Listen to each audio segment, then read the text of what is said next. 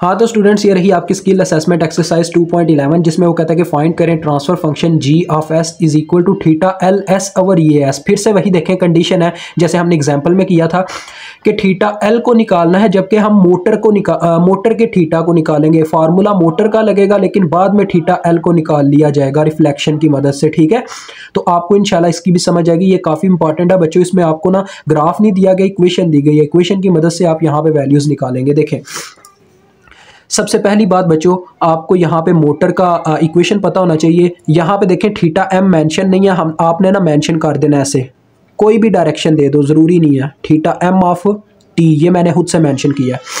तो देखो आपको याद होगा बच्चों, ये मैंने आपको बोला था फार्मूलाज याद करने हैं कि theta M of S over E A of S बराबर होता है हमारे पास K T over R A J M divided bye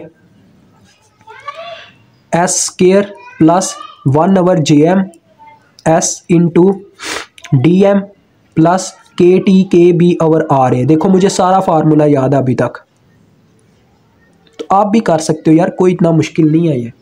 ठीक है, फार्मूला आ गया। अब देखें ये हमने करना है, इसमें जो मतलब के वैल्यूज़ हमें फाइंड आउट होनी चाहिए वो हैं बच्चों, एक तो के टी ओवर आर ए की, फिर के बी की, फिर डी एम की, जे एम की। ये चीज़ें फाइंड आउट हो जाए तो हम थीटा एम ओवर ई ए को फाइंड आउट कर सकते हैं, फिर उसकी मदद से थीटा एल को भी फाइंड आउट कर सकेंगे। अब मुझे ये कैसे पता चला थीटा एम यहीं पे होगा, क्योंकि बच्चों मोटर की तरफ ही तो उसका यार एंगुलर डिस्टेंस होगा, डिस्प्लेसमेंट, तो डेट्स वाई मुझे पता यार मोटर के पास मैंने उसको मैंशन कर दिया। ठीक है, ये चक्कर है। तो ज़रा गौर कीजिएगा, अब मैं बारी बारी ना सारी चीज़ें निकालूंगा। पहले देखो ये फार्मूला जो हमें दिया गया इक्वेशन के अंदर, theta T M is equal to -8 omega M plus 200। ठीक है, यहाँ पे हमें यह भी बताया गया कि जब इनपुट वोल्टेज आपके 100 वोल्ट्स हों, यानी कि 100 वोल्ट्स हमें इनपुट वोल्टेज दिए जा रहे हैं हमारी मोटर को आपको पता है कौन से वोल्टेज होते हैं, इंटरनल जनरेटेड वोल्टेज, जो कि 100 वोल्ट है। यहाँ पे देखो उन्होंने खुद वैल्यू दी है। अब इस इक्वेशन को स्टडी करते हुए आप कुछ वैल्यूज़ निकालेंगे, मैं आपको बताता हूँ। जब आपका टार्क बच्चों 0 हो तो आपको पता है आपकी स्पीड मैक्सिमम होती है, जिसे हम ओमेगा नो लोड के नाम से जानते हैं। तो लिहाजा हम यहाँ पे टार्क को 0 कर देंगे और अपने ओमेगा की वैल्यू निकालेंगे। यहाँ पे आ जाएगा ओमेगा नो लोड। ठीक है, आपने लिखना है at torque is equal to 0। ठीक है, यानी कि जब टार्क 0 होता है तो ओमेगा जो है वो मैक्सिमम स्पीड होती है हमारी मोटर की, यानी कि लोड को नहीं होता मोटर पे। तो यहीं से आपने ओमेगा की वैल्यू निकालनी है। देखो बच्चों ये 8 ओमेगा जो है -8 ये उधर जाके +8 हो जाएगा, और अगर हम सिर्फ ओमेगा नो लोड को उस तरफ रहने दें, यानी कि इसके साथ 8 यहाँ पे आया था, उस तरफ सिर्फ 200 रह गया था, यहाँ से जो 8 था वो उधर जाके डिवाइड हो जाएगा और हमें ओमेगा की वैल्यू मिल जाएगी। तो देखो ये कितनी आती है, 8 2 बार 16, 8 5 बार 40, 25 आ जाएगी, जितना मुझे शक पड़ता है। वैसे तो मैथ मेरा इतना तो है, लेकिन फिर भी मैं वेरीफाई लाजमी करता होता हूँ। हाँ जी 25 आता है। अब हमने निकालना देखो टार्क को।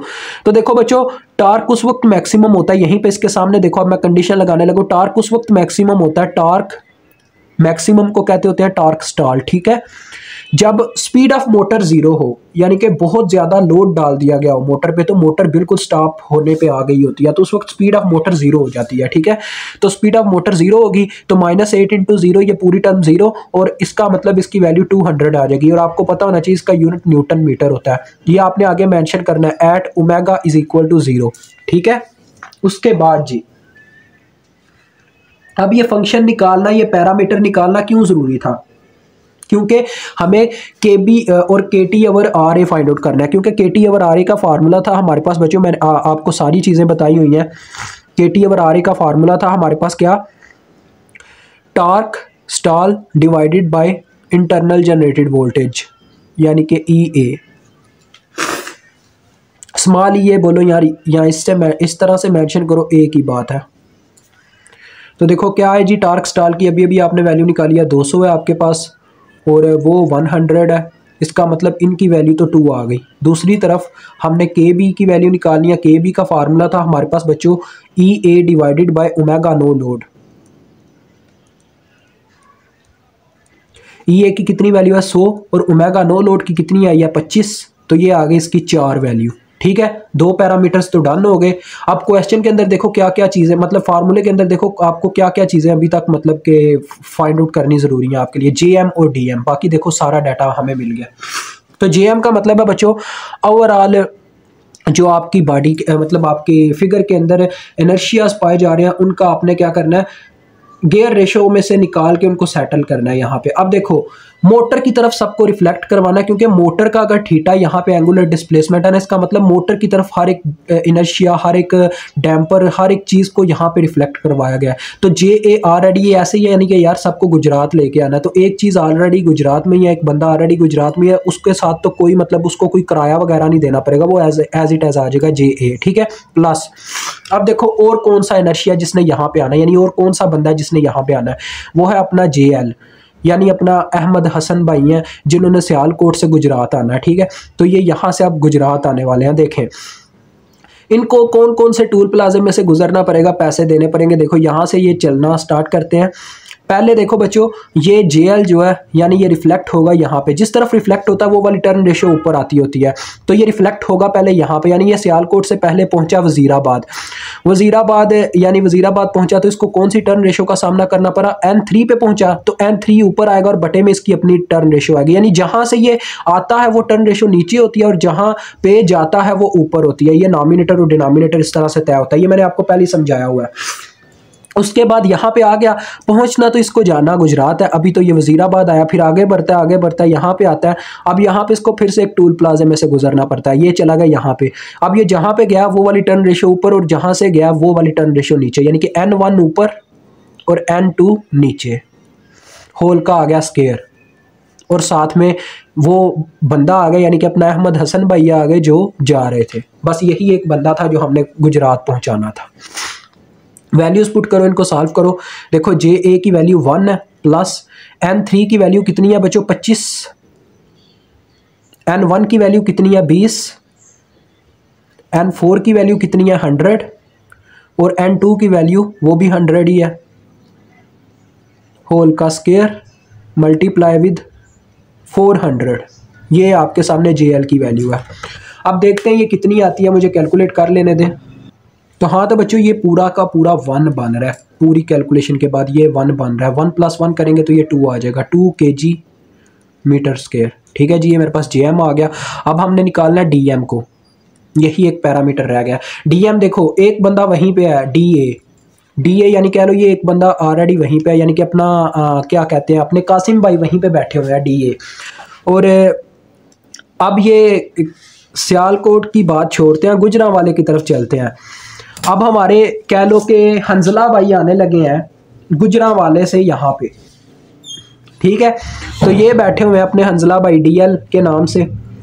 ये बच्चों ट्रैवल करके आते हैं, देखो पहले ही आते हैं अपने सियालकोट, ठीक है। सियालकोट पे आए, यहाँ पे टूल प्लाजा इन्होंने पे किया तो क्या आ गया, सियालकोट के टूल प्लाजे पे पहुंचे, ये सियालकोट पे पहुंचे, यहाँ पे सियालकोट है तो सियालकोट की टर्न रेशियो ऊपर आएगी, यानी कि वही बच्चों फार्मूला। और जहाँ से मतलब कि ये गुजरे वो वाली टर्न रेशियो नीचे। और फिर यहाँ पे ये सियालकोट से चलते चलते फिर गुजरात पहुंचे तो गुजरात की रेशियो ऊपर आएगी और सियालकोट की रेशियो अब नीचे आएगी, जो कि N2 है यहाँ पे इस पॉइंट पे। इस होल का स्केयर और ये गुजरात पहुंच चुके हैं और साथ में इनकी वैल्यू मल्टीप्लाई हो जाएगी। यार ये चक्कर वही है, जहाँ यानी कि जिस तरफ रिफ्लेक्ट करवाना है उस साइड की रेशियो ऊपर रखो, यानी उस साइड के नंबर ऑफ टर्न्स ऊपर रखो, और जिस साइड से आपने रिफ्लेक्ट करवाना है वो उस साइड के नंबर ऑफ टर्न्स नीचे रखो, ठीक है। ये फार्मूला है। तो DA की वैल्यू देखें कितनी है आपके पास 5 प्लस ये वही चक्कर यार 25/20 ओवर 100 मल्टीप्लाई बाय 100 होल का स्केयर और साथ में DL की वैल्यू जो कि देखें 800 है, वो 800 पुट है। आगे मेरे पास आया था यार अपने पास 1 आया था इसका, अब 800 हो गया तो ये 2 आने वाला साफ मुझे पता चल रहा है, तो ये 7 आ जाएगा। आप कैलकुलेटर पे वेरीफाई कर लीजिएगा, आएगा मेरे 7 ही आएगा, न्यूटन मीटर सेकंड पर रेडियन। तो सब कुछ फाइंड आउट हो गया। अब पुटिंग की बारी आती है ठीक उस फार्मूले में। तो देखो theta m of s over EAS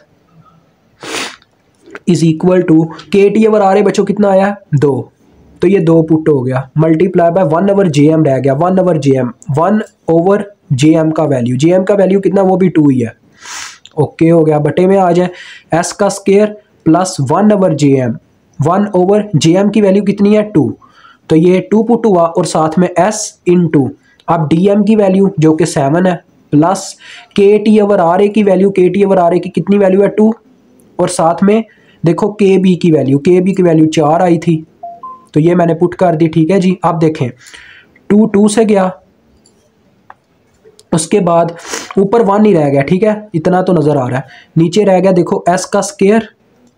फिर बच्चों देखो 7 जमा ये आने वाला है 8, 7 जमा 8 15 होता है, तो 15/2, 15/2 s, ये हमारे पास टर्म बन चुकी है। ठीक है, अब आपने निकालना क्या है थीटा l। ठीक है, theta l of s is equal to, अब मैंने आपको वो पहले भी समझाया था लेकिन इस दफ़ा भी समझाऊंगा बच्चों। होता क्या है, देखें थीटास का अपनी टर्न रेशो के साथ उल्टा रिलेशन होता है, यानी ये कह लो कि आपने ये चीज़ पढ़ी है ना अभी अभी कि टार्क और ये इम्पीडेंसेस को जिस तरफ आप रिफ्लेक्ट करवाते हो वो वाली टर्न रेशो ऊपर आती है और जहाँ से रिफ्लेक्ट करवाते हो वो नीचे आती है। थीटा का इसका उल्टा होता है, यानी कि थीटा जिस तरफ पे जहाँ पे रिफ्लेक्ट होता है ना उस टर्न रेशो को बटे में लिखवाता है और जिस तरफ से रिफ्लेक्ट होता है वो टर्न रेशो ऊपर आती है। अभी आपको समझ आ जाएगी। ये देखो हमने निकालना है थीटा एल, थीटा एल निकालना, अगर आपको थीटा एम पता है ना तो थीटा एम को अगर आप गेयर रेशियो से मल्टीप्लाई देते देते यहाँ पे ले आओ तो वो थीटा एल ही बन जाएगा। तो देखो फर्स्ट ऑफ ऑल क्या होगा, थीटा एम को जब मैं यहाँ पे रिफ्लेक्ट करवाता हूँ ये ऐसे ही है, देखो थीटा एम जो है बच्चों कोई इंफॉर्मेशन लेके अब यहाँ पे आएगा। देखो थीटा एम को जब मैंने यहां पे रिफ्लेक्ट करवाया तो ये रिफ्लेक्ट कहां से हुआ n1 से, ये जहां से रिफ्लेक्ट होता है वो वाली टर्न रेशियो ऊपर लाता है। थीटा याद रखिएगा, थीटा जहां से रिफ्लेक्ट होता है वो वाली टर्न रेशियो ऊपर रखता है। तो ये रिफ्लेक्ट हुआ है n1 वाली साइड से तो n1 ऊपर आ गया। ठीक है, और जहां पे रिफ्लेक्ट होया वो वाली टर्न रेशियो नीचे आ गई n2। ठीक है, अब ये देखो यहां से अब यहां तक किसने जाना, टोटल यहां तक का सफर तय करना है। ये बच्चों वैसे टार्क की तरह ही होता है, इसकी टर्न रेशियो का स्केयर नहीं होता। ठीक है, इंपीडेंसेस की सिर्फ टर्न रेशियो का स्केयर होता है। अब देखो ये यहां से यहां रिफ्लेक्ट होने लगा, तो यहां पे जब ये रिफ्लेक्ट हो गया तो ये जहां से रिफ्लेक्ट हुआ वो वाली टर्न रेशियो ऊपर आएगी, यानी कि n3 ऊपर आएगा और बटे में आएगा जहां पे रिफ्लेक्ट हुआ है। n4 पे रिफ्लेक्ट हुआ है तो n4 नीचे आएगा। ये इसका फार्मूला होगा, यानी कि अगर आप थीटा एम को इस टर्न रेशियो से ज़रब दे देते हो तो आपको थीटा एल मिल जाएगा। ये चीज़ यहाँ पे प्रूफ हो रही है। ठीक है, इसको थोड़ा वाइब्रेट करवा रहा हूँ ताकि आपको नज़र आ जाए। तो फार्मूला आपके सामने ही है, देखें आपके सामने सारा जनरेट किया, n1 n3 और n2 n4 साथ में होल के आ गया थीटा एम ऑफ एस। ठीक है बच्चों, अब देखें आपको फार्मूले में ये चाहिए कि यानी कि जो आप चीज़ निकालना चाहते हो उसके बटे में ई ए होना चाहिए। यहाँ पे हमने जो निकाला उसके बटे में भी ई ए है, इस साइड पे ई ए की कमी है, इस साइड पे भी ई ए की कमी है, तो हम क्या करते हैं दोनों साइड पे ई ए से डिवाइड करवा देते हैं, तो ई ए ऑफ एस और इस साइड पे भी ई ए ऑफ एस आ गया। तो यहाँ पे देखो फार्मूला डिवेल्प हो गया, बस वैल्यूज पुट करो और अपना आंसर पाओ। देखो n1 n3 की वैल्यू, n1 की वैल्यू थी 20, वो ऊपर देखो यार वो फिगर के अंदर मेंशन है। n3 की कितनी वैल्यू थी 25,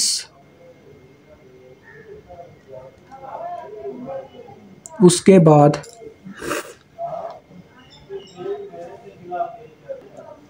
बटे में आ गया देखो बच्चों n2 और n4, n2 भी 100 n4 भी 100, तो बटे में आ गया 100 मल्टीप्लाई बाय 100। ठीक है, आ गई ये equation 1/s square plus 15/2s। तो ये कितना बनता है देखो यहाँ पे करवाते हैं 20 मल्टीप्लाई बाय 25 डिवाइडेड बाय 10,000 आ जाएगा ये, तो 1/20 आता है ये 1/20 बनता है। 1/20 यानी नीचे वालों की वैल्यू से 20 मल्टीप्लाई करवा दूँ तो मेरा काम हो जाएगा। देखो बच्चों क्या आ जाएगा 1 डिवाइडेड बाय नीचे वाली वैल्यू से 20 मल्टीप्लाई होना है 20s स्क्वायर। यहाँ पे जब 20 ज़रब खाएगा तो 2 1s are 2 10s are 20, तो 10 ऊपर ज़रब खा जाएगा, तो यानी आ जाएगा 150s। तो ये आपका आंसर है। मुझे उम्मीद आपको समझ आ गई होगी। अभी तक के लिए इतना ही। खुदा हाफिज़।